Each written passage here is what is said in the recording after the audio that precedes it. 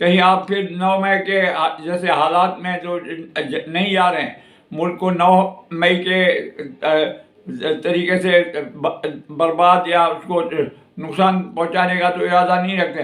جب یہ ساری چیزیں اور آپ کے اوپر کیسی مکمل طور پہ ختم ہو جائے گی، جب وزیر اعلیٰ بن جائیں گے آپ KPK کے، اس کے بعد آپ بالکل چار دیواری کا بھی تقدس بحال کریں اور لنگر خانے بھی بنائیں، بلکہ مسافر خانے بھی بنائیں، جو کچھ کرنا ہے وہ کریں. بے شک یہ آپ کا جو پاور آنے کے بعد آپ کا حق ہے، آپ اپنے پاور سے استعمال کر سکتے ہیں. اچھا، اس کے بعد میں آپ کو بتاؤں کہ کرکٹ کا جو PSL کا شروعات ہے آج سے. پہلا میچ جو ہے آج قذافی اسٹیڈیم میں کھیلا جائے گا. یہ لاہور قلندر اور اسلام آباد یونائٹیڈ کے درمیان میں پہلا میچ ہوگا. اس کا آج افتتاح ہونے جا رہا ہے. کرکٹ کے شائقین کے لیے بڑی خوشخبری ہے کہ کم سے کم یا اگر ٹکٹ لے کے نہیں دیکھ سکتے تو گھر پہ TV میں دیکھتے رہیں گے. اور یہ PCL ہر سال لگتے ہیں، اور یہ آج سے پہلا میچ قذافی اسٹیڈیم میں لاہور قلندر اور اسلام آباد یونائٹیڈ کے بیچ میں کھیلا جا رہا ہے. تو شائقین کے لیے یہ ایک اچھی خبر ہے کہ وہ میچ دیکھیں اور محظوظ ہوں.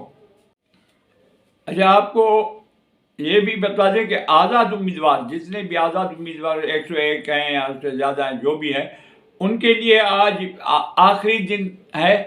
یعنی رات کے 12 بجے تک دن ہوتا ہے مکمل. تو ان کو آج آخری دن ہے کہ کسی نہ کسی پارٹی میں شامل ہونا ضروری ہے ان کے لیے.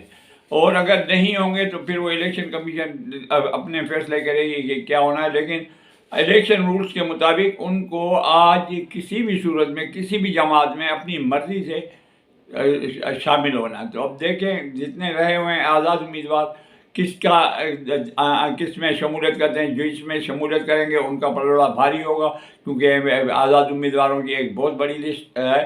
تو دیکھیں کہ یہ آزاد امیدوار کس کشتی میں سوار ہوتے ہیں. اس کے بعد جو ہے پاور شیئرنگ اور حکومت بنانے میں سیاسی جماعتوں کو آسانی ہوگی. اب آج کی 3 اہم موضوع ہیں، وہ میں ایک ایک کر کے بتاتا ہوں. پہلا اہم موضوع جو ہے کمشنر راولپنڈی. کمشنر راولپنڈی ہیں لیاقت جٹھا صاحب. لیاقت جٹھا نے آج پریس کانفرنس کی ہے اور اعتراف کیا ہے کہ الیکشن میں دھاندلی ہوئی ہے اور میں ان کو نہ روک سکا اور میں ناکام رہا، اور میں اپنی ناکامی اور اپنے ملوث ہونے کی وجہ سے جو ہے مستعفی ہونا چاہتا ہوں، استعفیٰ دے دیا، اور خود کو کہتے ہیں کہ میں پولیس کے حوالے کرنے کے لیے تیار ہوں.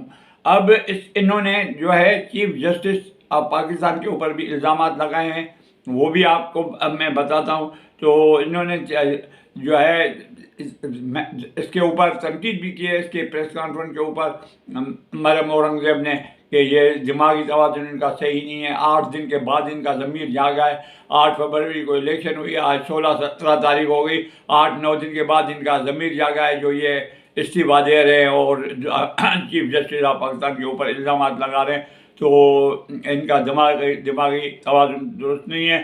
اور یہ الیکشن کا جو ہوتا ہے کمشنر کا کوئی واسطہ نہیں ہوتا ہے. ROs اور DROs ان کی ذمہ داری ہوتی ہے، لیکن یہ خود کو بتا رہے کہ میں ناکام گیا یہ کیا. تو یہ ساری ایک سوچی سمجھی سازش ہے CJ کو، چیف جسٹس آف پاکستان کو بدنام کرنے کے لیے، الیکشن کو متنازع بنانے کے لیے. تو الیکشن کے حوالے سے یہ جو انہوں نے کہا ہے اور کہ چیف جسٹس کمشنر راولپنڈی نے، یہ بے بنیاد اور بہتان طرازی کے علاوہ اور کچھ نہیں ہے.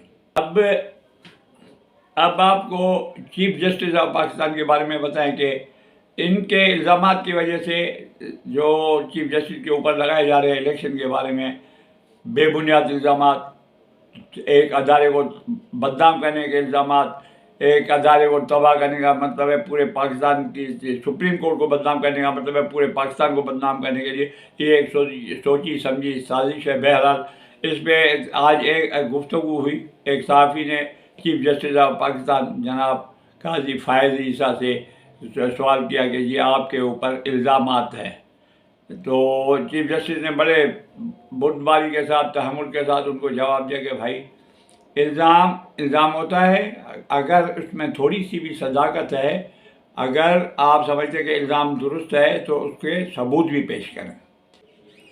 الزامات لگانا آپ کا بنیادی حق ہے، کوئی بھی اگر الزام لگاتا ہے لگائیں، لیکن اس میں اگر ذرا سا بھی سچائی اور کوئی ثبوت ہے تو آپ اس کو بھی پیش کریں، تاکہ کل کو ایسے کوئی مجھے چیف جسٹس صاحب ہے، کل کو کوئی مجھے کہے گا کہ انہوں نے چوری کی ہے یا قتل کیا ہے تو کیا اس سے ہو جائے گا؟ آپ ثبوت کے ساتھ بات کریں، ثبوت ہونے چاہیے کسی چیز کے، باقی ایسے الزام تراشی سے کرتے رہیں، مجھے اس کی پرواہ نہیں ہے، لیکن یہ غلط ہے۔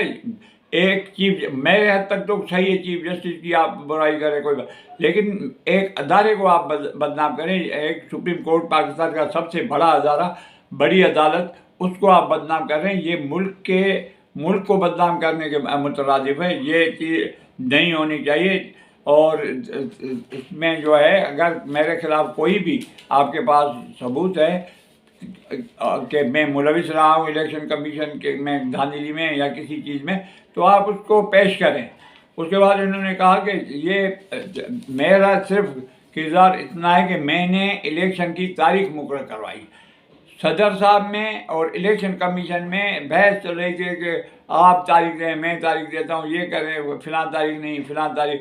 تو میں نے ان کو کہا کہ کوئی واضح تاریخ آپ مقرر کریں اور ہم مجھے بتائیں۔ تو انہوں نے صدر نے اور الیکشن کمیشن نے 8 فروری کے لیے میں سپریم کورٹ میں ہمارے سامنے اعتراف کیا کہ 8 فروری کو ہمارا اتفاق ہے، 8 فروری کو الیکشن کا۔ میرا کردار صرف اتنا ہے کہ میں نے اس 8 فروری کو کہا کہ یہ آپ 8 فروری، کیونکہ الیکشن 5-7 مہینے سے معطل ڈیلے ہوتے آ رہے تھے، ملتوی ہوتے آ رہے تھے، تو میں نے کہا کہ یہ 8 فروری کا جو آپ ڈیٹ دے رہے ہیں اس پہ الیکشن ہونے چاہیے، یہ پتھر پہ لکیر ہونی چاہیے، یہ اس کے سے زیادہ ملتوی نہ ہونے۔ یہ میرا صرف اتنا قصور ہے، میرا اور کوئی بھی اس میں ملوث ہونے کے یا الیکشن میں دھاندلی کروانے کے یا میرا کوئی بھی سیاسی واسطہ نہیں، نہ کسی سیاسی پارٹی سے، نہ کچھ۔ تو یہ بے شک میں نے یہ کہا ہے کہ 8 فروری تک، اس کے علاوہ اگر کسی کے پاس میرے خلاف کوئی ثبوت ہے تو موسٹ ویلکم، میں ان کو خوش آمدید کہتا ہوں، آئیں اور آ کے مجھے دکھائیں ثبوت کورٹ میں۔ ایک سوال میں کہا گیا کہ یہ آپ سوموٹو لیں چیف جسٹس کمشنر کے راولپنڈی کے بیان پہ، تو انہوں نے کہا کہ تین رکنی بینچ فیصلے کرتی ہے، ہم نے 3 سینئر ترین ججز نے یہ فیصلہ کیا کہ کمشنر کے اس پریس کانفرنس یا اس الزام کے اوپر کوئی سوموٹو نہیں لیا جائے گا، کیونکہ 19 فروری کو الیکشن کے بارے میں کافی کیسز لگے ہوئے ہیں۔ 19 تاریخ کو یہ الیکشن کے لیے ہم نے تاریخ رکھی ہوئی ہے، اس میں ان کے الزامات کو بھی ڈسکس کیا جائے گا، لیکن کوئی الگ سوموٹو ہم نہیں لیں گے۔ یہ 19 فروری تک آپ انتظار کریں، 19 فروری میں صرف پرسوں تک کی ڈیٹ ہے، یعنی پیر تک، تو پیر کے دن اس معاملے کو ڈسکس کیا جائے گا۔ آلریڈی ہمارے پاس درخواستیں ہیں الیکشن کے بارے میں، اس پہ ہم آپ کو 19 تاریخ کو اس کمشنر راولپنڈی کے اس پریس کانفرنس کو، اس بیانات کو اور یہ جو الزامات لگا رہے ہیں اس کو بھی ڈسکس کر دیا جائے گا۔ تو آج کی سب سے اہم خبر، جس سے تمام سیاسی پارٹیوں کو بھی احتیاط کرنی چاہیے اور ملک کے حالات کے مد نظر اپنے جلسے جلوس کرنا چاہ رہے ہیں، سیکورٹی کا خاص انتظام رکھنا چاہیے۔ آج پشاور میں پی ٹی آئی کے جلسے گاہ کے باہر فائرنگ کا واقعہ پیش آیا، ایک شخص نے فائرنگ کر دی اور اس کا ایک ساتھی اور بھی تھا ساتھ میں۔ ہجوم نے پی ٹی آئی کے ہجوم نے ان کو پکڑ کے مارا، زد و کوب کیا، تشدد کیا، لیکن پولیس نے فوری طور پہ ان کو ہجوم سے الگ کر کے ان کو گرفتار کر کے قانون کے حوالے کر دیا کہ یعنی اب وہ کسی تھانے پہ ہوں گے اور ان سے پوچھ گچھ ہوگی کہ انہوں نے کس کی وہاں پہ کس کی وجہ سے انہوں نے یہ سب کچھ کیا ہے۔ اور ایک پی ٹی آئی کے اس میں جو ہے انہوں نے جو فائرنگ کی ہے وہ کیوں کی ہے، کس کے کہنے پہ کی ہے، ان کے ارادے کیا تھے، کہ آیا کسی کو قتل کرنا چاہتے تھے، آیا ٹارگٹ کلنگ کرنا چاہتے تھے. تو یہ کئی سوالات، بے شمار سوالات ہیں، ان سے پوچھے جائیں گے اور ہونے بھی چاہیے. اور اس لیے میں عرض کرتا ہوں سیکورٹی ایجنسیز کو کہ تھوڑا الرٹ رہے.